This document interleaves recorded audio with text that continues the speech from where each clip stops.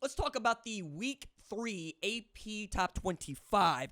And I'm going to take into account some of the things that I saw that are different from my Top 25, which you can read at foxsports.com, but also where we seem to align because, generally speaking, the AP and I more or less speak the same language. It's just we differ sometimes. I think having Texas at number 2 kind of shocked me. You're really valuing what Texas was able to do against Michigan more than I was valuing what Texas was able to do to Michigan, because I've been picking Texas to beat Michigan for at least 8 months now, and Michigan fans were going, we love it when you pick against us, RJ. We always seem to win. Not this time. 31-12, and it really wasn't that close. So we're all expecting Georgia and Texas to make the SEC championship game right now. Also, Texas got 4 first-place votes, which I did not see coming, and they got to leapfrog Ohio State. And I get kind of why. Texas has a ranked win on the road against a top 25 team, or top 10 team, and then Ohio State, you beat Akron and Western Michigan. Give it some time. Ohio State gets to have their say against Michigan, and if they make the Big Ten championship game, you know that they're a shoe-in. Number 4, Alabama. I actually docked Alabama for how it played against directional Florida. I'm also getting to see why Nick Saban retired, why Travaris Robertson left, why Caleb Downs left. They seem to have some really great pieces, but I don't know if this is an SEC championship team, and I'm not even sure that this is a college football playoff team, depending on what we see from Ole Miss, Missouri, and then we'll see, right? Then we'll see. I think Tennessee is right where I think Tennessee's in the spot where Alabama is right now. I think they're the number 4 team in the country. But we're looking at the SEC having the 4, the 5, the 6, and the 7 spot in the AP. So we think that there are, what is this? My goodness. 7 of the top 8 are SEC teams, which tells us what the AP thinks of the SEC, and also how hard it's going to be for anybody else to get into this thing, because only one of those teams can get that automatic qualifying bid as the conference champion. Penn State at 8 tried to lose to Bowling Green. Oregon, I'm not even sure that Oregon is good, man. Teams from Idaho giving them a hard time. I don't know that teams from Idaho have given many people a hard time in the college football playoff era. And it looked for all the world like Boise State was able to pull something out. They would have got a win on the road and $700,000 for doing so. As it was, Ashton Jeanty went for 192 on the ground. That's the best tailback in college football. Miami at 10, I'm fine with that. Cam Ward and them went for 500-plus yards against FAMU. SC blanked Utah State. Like, I know they put up 48, but they also surrendered 0, nothing, zada, nada. That's great for them. Also, Michigan gets them in a couple of weeks. Utah at 12, it's all about Cam Rising there. When he's at quarterback, they can do almost anything. Oklahoma State tried everything in their power to lose to Arkansas and yet moves up to 13 because, well, Notre Dame, we'll talk about them in a little bit. And then we have Kansas State. So Utah, Oklahoma State, Kansas State. I only think we're going to get one team for sure from the Big 12 right now. I'm not sure about getting that second team in, given what the SEC means. I'm also taking a look at what this means for Oklahoma, who looked abysmal against Houston. We're going to talk about this on the live show tonight, but I got a lot of thoughts that we need to unpack, particularly about the offense at Oklahoma. It just does not look good. It's 2-0, but you got Tulane coming up on Saturday, and then Tennessee comes to town. And I believe that Tennessee is one of the 4 best teams in the country, and they'll probably be that when they show up to Oklahoma. And if Jackson Arnold can't get off his first read, we're going to have a long day in Norman. Number 16, LSU, hasn't beaten an FBS team yet. They're 1-1, you know what I'm saying? Michigan, they have beaten an FBS team, but they got drummed by someone their own size. You ask Michigan to take on somebody their own size without Connor Stallions, all of a sudden, they don't look so great. Sharon Moore set up to be, well, we'll see. Number 18, they got Notre Dame. I got Notre Dame at 24.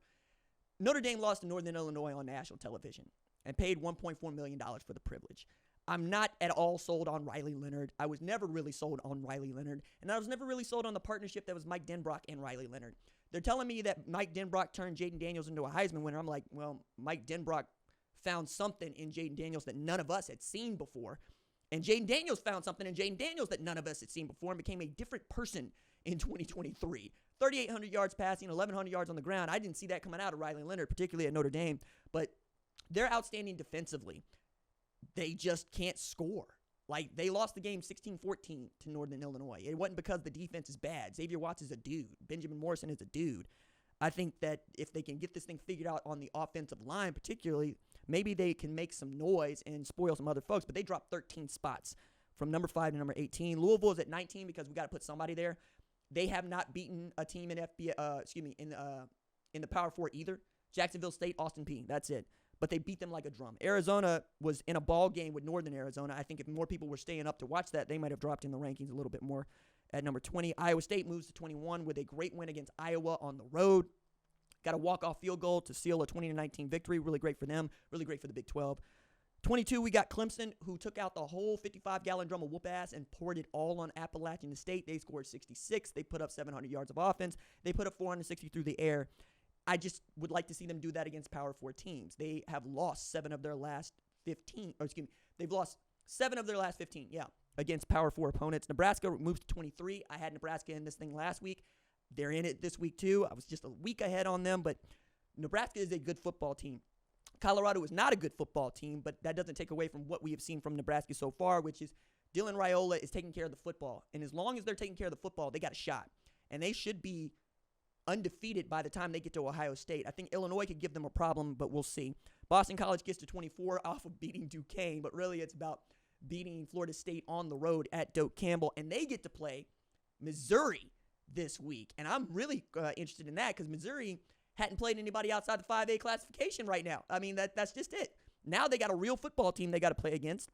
And then Northern Illinois, shout out to them, man. They get in at 25. I think this is more about we saw you, we respect you, we love what you did against Notre Dame. I don't know that they're going to get to stay in this thing, but it's very cool to see Thomas Hammock and the Huskies really reveling in this moment.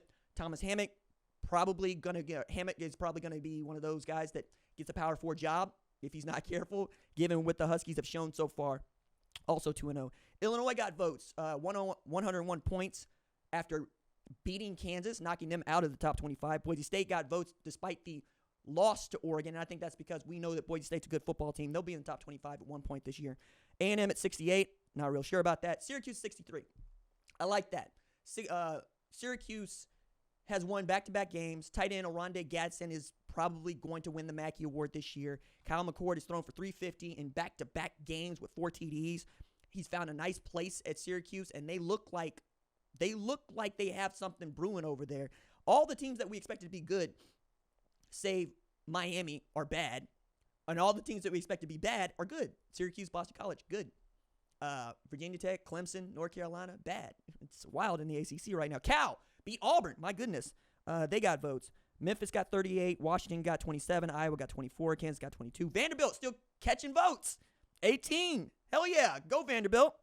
I don't give a damn what Vanderbilt does on a football field.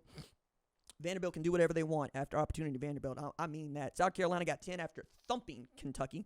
Liberty got 9. Wisconsin got 9. UNLV got 7. North Carolina got 7. Cal got 3. BYU got 2 with a win against SMU. Central Florida got 1. Texas Christian got 1. I think this is fine. I think we're going to find out more as we get into conference play. We're going into the last week, really, of for real non-conference play this week.